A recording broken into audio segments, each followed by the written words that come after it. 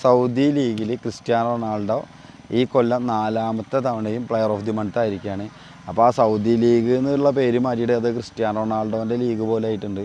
കാരണം അദ്ദേഹം ചെയ്യണതെല്ലാം ശരിയാവുക, സ്കോർ ചെയ്യുക. ഇപ്പോൾ ഈ കൊല്ലത്തെ ടോപ്പ് സ്കോററായി, അതോടൊപ്പം തന്നെ ഈ മാസത്തെ പ്ലെയർ ഓഫ് ദി മന്തായി, സെപ്റ്റംബറിലായി, അതുപോലെ ഓഗസ്റ്റിലായി, ഡിസംബറിലായി, പിന്നെ ഫെബ്രുവരി, അങ്ങനെ ഈ മാസം നാലാമത്തെ തവണയും ബെസ്റ്റ് പ്ലെയറായി. അദ്ദേഹം എന്താ പറയുക, ഈ 38ാമത്തെ വയസ്സിലും ഈ സൗദി ലീഗിൽ ആ ടീമിനെ ഒറ്റക്ക് കൊണ്ടുപോവാണ്.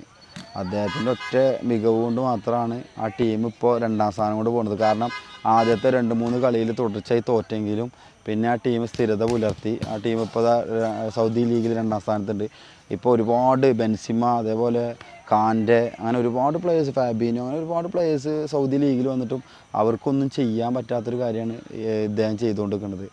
അദ്ദേഹത്തെ വിമർശകർക്ക് എന്ത് പറയാച്ചെങ്കിലും അദ്ദേഹം ആ ലീഗ് അടക്കി ഭരിക്കുകയാണ്. ഒരു രാജാവിനെ പോലെ അദ്ദേഹമാണ് ഇപ്പോൾ അവിടെ എന്തും തീരുമാനിക്കണത്. അദ്ദേഹമാണ് ആ ലീഗിനെ മുന്നോട്ട് കൊണ്ടുപോകുന്നത്.